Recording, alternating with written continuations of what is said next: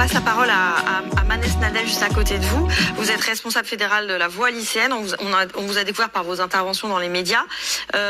Autour de vous et de ce que vous entendez dans votre organisation lycéenne, est-ce que les lycéens ils sont concernés par cette réforme des retraites ? Alors concernés, oui, c'est très clair. La conscientisation, maintenant, l'étape de la pédagogie, je pense qu'elle est passée.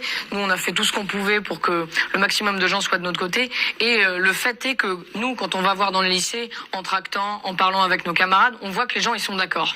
Ils veulent pas voir leurs parents trimés pour travailler 2 ans de plus. Et de même, ils voient très bien qu'il y a un lien entre toutes ces réformes qui veulent nous faire travailler plus et de manière plus précarisée. Donc, il y a un lien entre les réformes libérales que nous, on subit et la réforme des retraites. Et les lycéens, ils trouvent que c'est complètement inacceptable et ils veulent stopper ça. Maintenant, sur la conscientisation, c'est clair, mais sur la mobilisation, effectivement, c'est plus compliqué.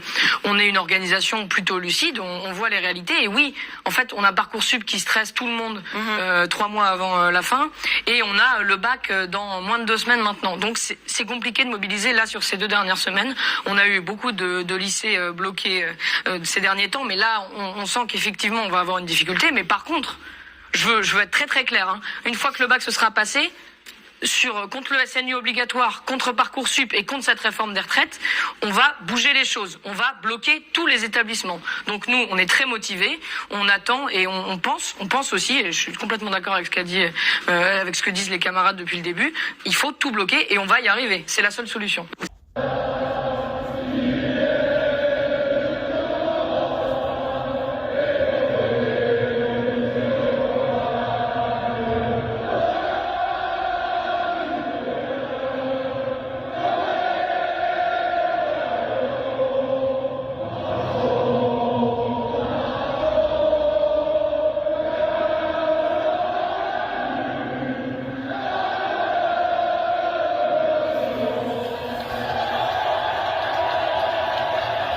Tous les moyens pour vous contraindre à obéir.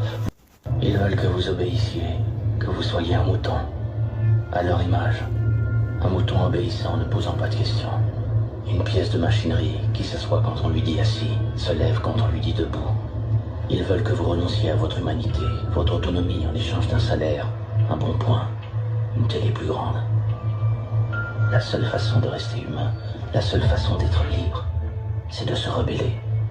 Ils tenteront de vous broyer, ils utiliseront tous les moyens pour vous contraindre à obéir, vous rendre docile et servile, mais vous ne pouvez pas les laisser faire. Soyez maître de votre destin, quel qu'en soit le prix à payer. Il vaut mieux mourir en humain, plutôt qu'être un pion ballotté sur leur échiquier.